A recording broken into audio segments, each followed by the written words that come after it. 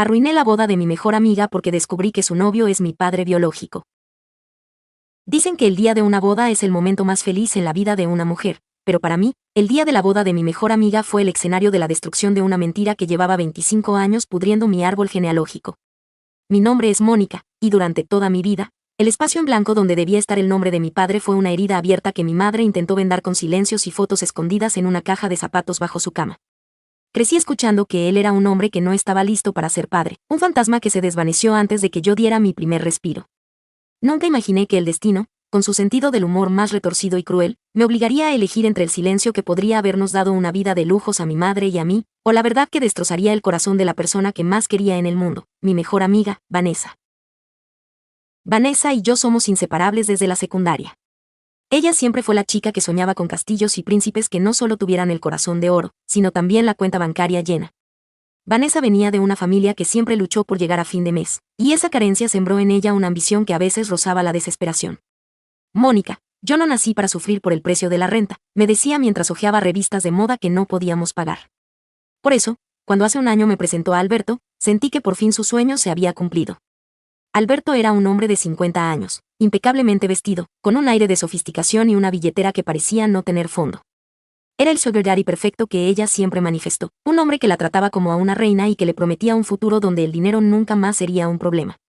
Yo estaba feliz por ella, de verdad lo estaba, hasta que la cena de ensayo me puso frente a frente con el demonio que arruinó la juventud de mi madre. La cena se llevó a cabo en uno de los restaurantes más exclusivos de la ciudad, un lugar con vistas panorámicas donde el champán fluía como agua. Vanessa estaba radiante, luciendo un anillo de compromiso que costaba más que mi propia carrera universitaria.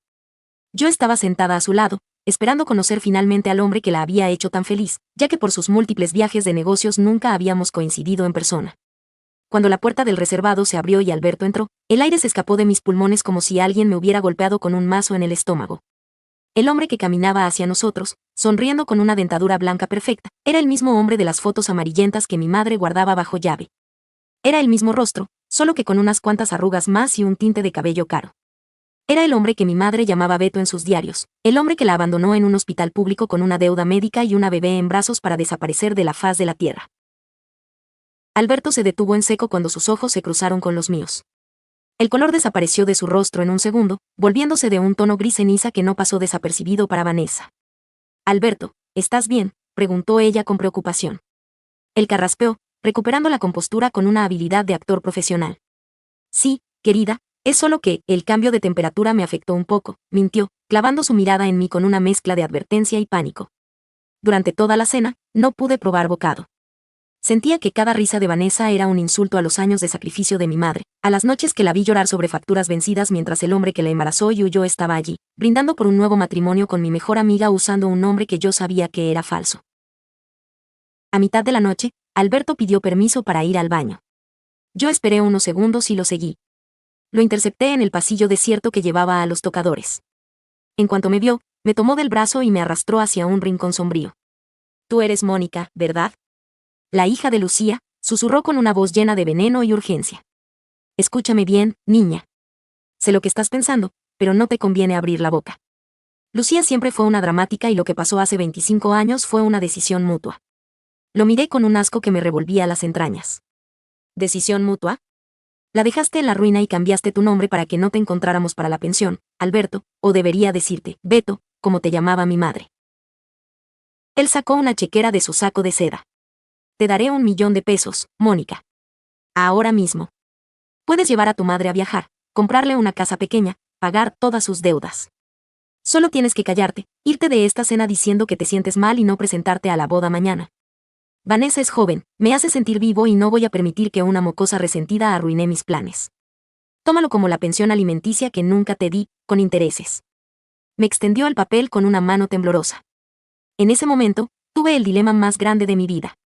Ese dinero sacaría a mi madre de la pobreza, le daría la jubilación que merecía tras años de limpiar casas ajenas. Pero mirar a través de la puerta y ver a Vanessa, tan joven, tan llena de ilusiones falsas, casándose con un hombre que era un estafador emocional y mi propio padre, me hizo darme cuenta de que el silencio tenía un precio que mi alma no podía pagar. Salí del restaurante sin aceptar el dinero, ignorando las llamadas de Vanessa. Fui directo a la casa de mi madre. Cuando le conté lo que había pasado, cuando le describí al Alberto de Vanessa, mi madre se desmoronó. Sacó la caja de fotos y me confirmó que, efectivamente, Alberto era Alejandro, el hombre que la había destruido emocionalmente años atrás. Mónica, ese hombre es un depredador. No solo me dejó a mí, supe años después por una amiga común que había hecho lo mismo en otro estado. Se inventa vidas, se casa con mujeres jóvenes para usar sus contactos o sus herencias y luego desaparece cuando el barco se hunde. Mi madre me rogó que no me metiera, que Alberto era peligroso y que Vanessa nunca me perdonaría por quitarle su sueño. Pasé la noche en vela, sintiendo el peso de la responsabilidad sobre mis hombros. Llegó el día de la boda. La iglesia era una obra de arte, llena de flores blancas y una orquesta que tocaba música celestial. Vanessa caminó hacia el altar, arrastrando una cola de encaje de 3 metros, viéndose más hermosa que nunca. Alberto la esperaba allí, con una sonrisa de suficiencia, creyendo que su soborno o mi miedo me habrían mantenido alejada. Cuando el sacerdote llegó al momento crucial, a esa pregunta de si alguien tenía algún impedimento para que el matrimonio se realizara, el silencio en la iglesia era absoluto.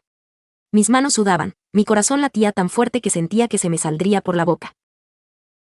Yo me opongo, grité mientras me levantaba de mi asiento en la segunda fila. El sonido de mi voz rebotó en los vitrales y un murmullo de shock recorrió las bancas. Vanessa se giró, con los ojos muy abiertos, su rostro pasando de la confusión a la traición. Vanessa, no puedes casarte con él. Este hombre no es quien dice ser. Su nombre real es Alejandro y es el hombre que abandonó a mi madre embarazada hace 25 años. Es mi padre y anoche intentó darme $1.000.000 para que no te dijera la verdad. El caos fue inmediato. Alberto intentó decir que yo estaba loca, que era una táctica de envidia porque siempre había querido su dinero.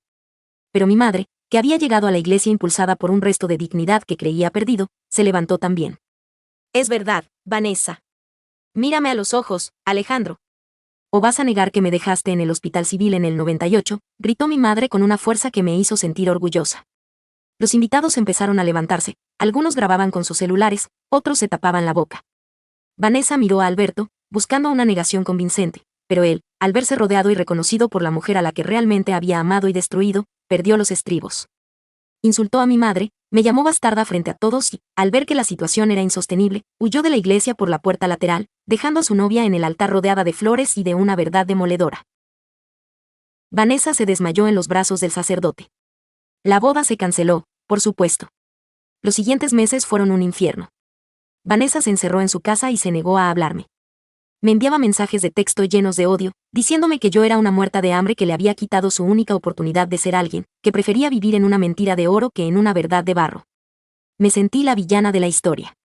Mi madre y yo recibimos acoso en redes sociales por parte de la familia de Alberto, que resultó ser tan falsa como él.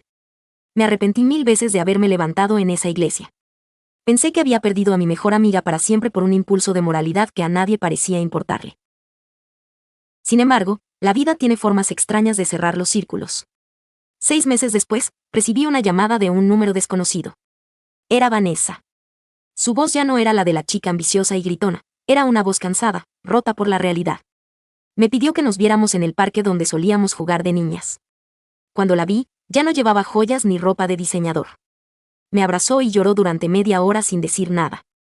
Me confesó que, tras la huida de Alberto, empezaron a salir a la luz sus verdaderos negocios.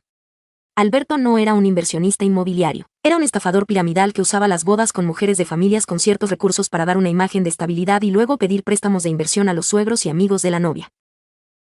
Mónica, si me hubiera casado con él, hoy estaría en la cárcel o en la calle con deudas a mi nombre que nunca podría pagar, me dijo Vanessa, mostrándome los papeles de una investigación federal que se había abierto contra Alberto.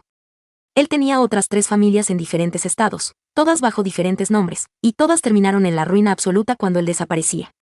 Alberto resultó ser un depredador que se alimentaba de los sueños de chicas como Vanessa. Ella me dio las gracias, no solo por salvarla de un matrimonio falso, sino por recordarle que el valor de una persona no está en la marca de su ropa, sino en la calidad de la gente que está dispuesta a decirte la verdad aunque te duela. Hoy, Vanessa y yo estamos reconstruyendo nuestra amistad sobre bases mucho más reales. Ella trabaja conmigo en una pequeña tienda de repostería que abrimos con los pocos ahorros que nos quedaron, y por fin parece estar en paz con su origen. Mi madre, Lucía, finalmente cerró el capítulo de Beto. Verlo huir de la iglesia como un cobarde fue el cierre que ella necesitaba para entender que el abandono no fue culpa de ella, sino de la bajeza de un hombre que nunca fue lo suficientemente hombre para enfrentar la vida. No nos hicimos millonarias, no compramos la casa de los sueños, pero cada vez que desayunamos juntas, sabemos que lo que tenemos es real. A veces, la verdad destruye el presente con una fuerza aterradora, pero lo hace para salvarnos el futuro de una caída mucho más dolorosa. Arruinar esa boda fue el acto más difícil de mi vida, pero también fue el más honesto. La lealtad a una amiga y a la memoria de mi madre valían mucho más que 1.000.000 de pesos manchados de mentiras. ¿Tú qué habrías hecho? ¿Alguna vez un familiar te traicionó por dinero, herencia o un secreto? Hay historias que duelen, pero también historias que te recuerdan que la vida siempre da vueltas. Síguenos para más relatos que sanan el alma.